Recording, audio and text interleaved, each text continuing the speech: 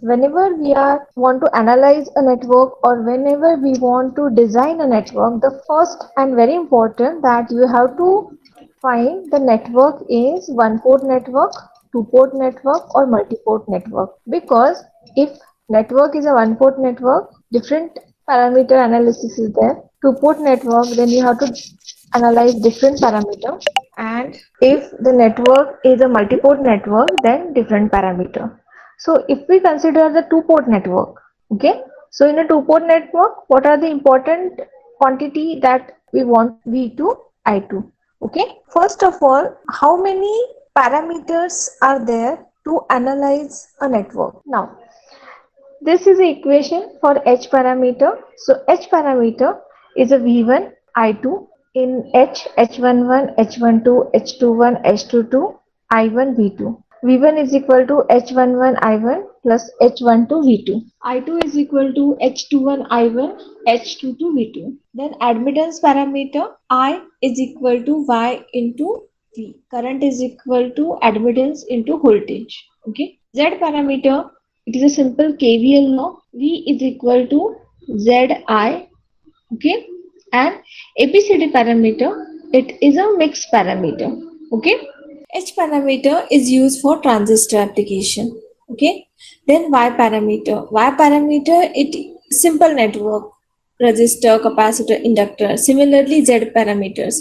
And ABCD parameters is used for a transmission line. Okay. Now, if you want to measure H parameter, if you want to measure Y parameter, if you want to measure Z parameter, measure ABCD parameter.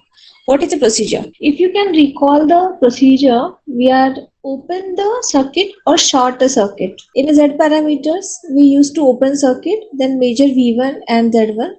In admittance, we are measuring current, तो हम लोग short करते थे, मतलब वो बंद करते थे circuit.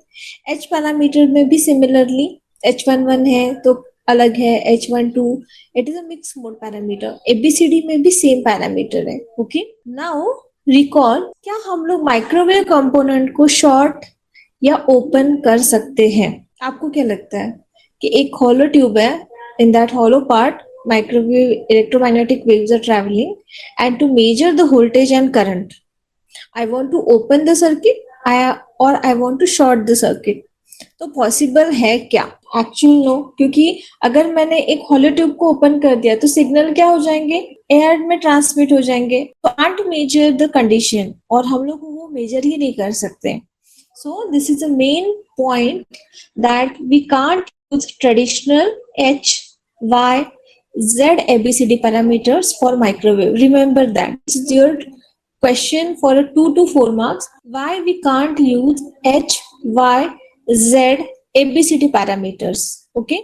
So what is the main reason that microwave circuits we can't short or open? अगर आपने ये इसका प्रोसीजर आपको पता है, so what is the procedure that we have to open the circuit or we have to short the circuit? Okay, now the second and very important point is when we are using network analysis RLC network. okay, तब हम लोग क्या करते हैं कि वहां पे जो लॉस है वो हम लोग कंसिडर नहीं करते, वायर का लॉस.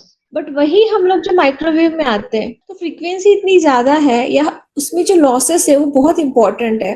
अब हम लोग को क्या चाहिए, जो हमें ये सारे जो ड्रॉबैक्स है वो निकाल के हमें एनालिसिस दे. ये जो मैंने आपको एक्सप्लेन किया वही है कि H11 जब आप करते हो then it is a short circuit, and H12 करते हो तो ओपन सर्किट.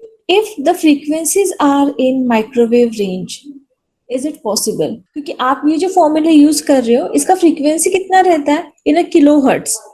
आपको याद है ना आपका आईसी का आपका फ्रीक्वेंसी क्या था? Kilo hertz. 10 kilo hertz, 1 kilo hertz काम करते हो तो वहां पे ये बहुत इजी है कि शॉर्ट और ओपन करना. बट जैसे आपका माइक्रोवेव की रेंज आती है तो क्या होगा, आपको ये पॉसिबल नहीं होगा. नोट डाउन दिस 3 पॉइंट्स कि हम लोग क्यों यूज नहीं कर सकते. सबसे पहला और इम्पोर्टेंट पॉइंट है कि जो इक्विपमेंट अवेलेबल है, जैसे कि हमारे पास DMM है. ओके, सो DMM हमारे पास बहुत सारे वैरायटी के हैं. बाय यूजिंग दैट DMM आप किसी भी सर्किट का वोल्टेज या करंट मेजर कर सकते हो. बट फॉर माइक्रोवेव इतने इक्विपमेंट्स अवेलेबल नहीं है जो कि वो मेजर कर सके. ओके, सेकेंड है, जब हम माइक्रोवेव में जाते हैं तो शॉर्ट और ओपन सर्किट बहुत बड़ा टास्क हो जाता है, क्योंकि हम लोग उसको ओपन नहीं रख सकते, रेडिएशन एनवायरनमेंट में हो जाएगा, सिग्नल लॉस हो जाएगा, शॉर्ट नहीं कर सकते क्योंकि उसके कैरेक्टरिस्टिक्स चेंज हो जाएंगे. It is very difficult to achieve the circuit. And third and very important point is active devices की बात करते हो कि गीगाहर्ट्ज सिग्नल जनरेट करते हैं, such as power transistor and tunnel diodes, जो कि लो रेंज में ये काम करते हैं. जैसे रिफ्लेक्स क्लेस्ट्रॉन हाइयर वैट में फ्रीक्वेंसी जनरेट करते हैं, बट लोअर वैट में power transistor and tunnel diode can also generate the gigahertz frequency. तो ये जो कंपोनेंट है ये स्टेबल नहीं है for short and open circuit के लिए. Okay, so this is very important कि आप जो डिवाइसेस यूज कर रहे हो माइक्रोवेव में, those are not stable for open and short circuit. But when we are analyzing in a network analysis,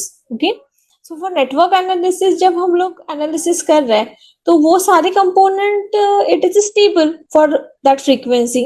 That's why we can use the H, Y, Z, ABCD parameters for those network, but we can't use these parameters for microwave. Okay, ये reasons as it is लिखना है. आइए आपको 2 marks के लिए आता है. अब we want a new method for characterization. तो अब न्यू मेथड क्या है आपका? अगर आपने माइक्रोवेव का सर्किट अगर ऑब्जर्व किया तो आपके पास 2 वेव्स है ट्रैवलिंग के, एक है इंसिडेंट और दूसरा है रिफ्लेक्टेड बैक. रिमेंबर, पहला कौन सा है?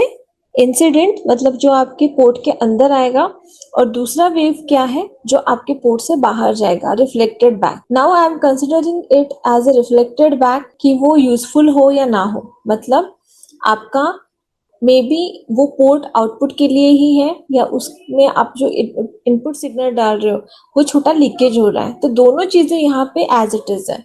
So first is a travelling frequencies कौन से होंगे आपके, कि ट्रैवलिंग वेव्स हम लोग कंसिडर करेंगे, और पहला होगा इंसिडेंट वेव और दूसरा होगा आपका reflected wave. The S parameter equation is this: B1 is equal to S11A1 plus S12A2. B2 is equal to S21A1 plus S22A2. This is for a 2-port network. Now in this, B1 is output, B2 is output, S11 मतलब 1 to 1 port का parameter, S12 मतलब 1 to 2 port का parameter, S1 means second to 1 port का parameter, and S22 मतलब 2 to 2 port का parameter. Now S parameters means scattering parameters. Note down this word. Scattering means what, कि scattered है, उसका एक यूनिट नहीं है, इट इज अ यूनिटलेस, इसका कोई यूनिट नहीं है, यूनिटलेस पैरामीटर है, और ये ना ऐसा स्कैटर्ड है, आप इसको किसी भी पोर्ट पे आप फाइंड आउट कर सकते हो. Okay, this 2 port network. Similarly मैंने कंसिडर किया मेरा एक device that is a 2 port S11, S12, S21, S22. Now this is A1, this is B1, A2, this is your B2. Okay, now this is your input impedance. maximum power transfer के लिए condition ली है कि input impedance is equal to output impedance, so it is ZG, ये भी ZG है. this is incident wave and this is a reflected wave. okay, incident wave, reflected wave. For more information of this topic, don't forget to subscribe my channel Pinnacle.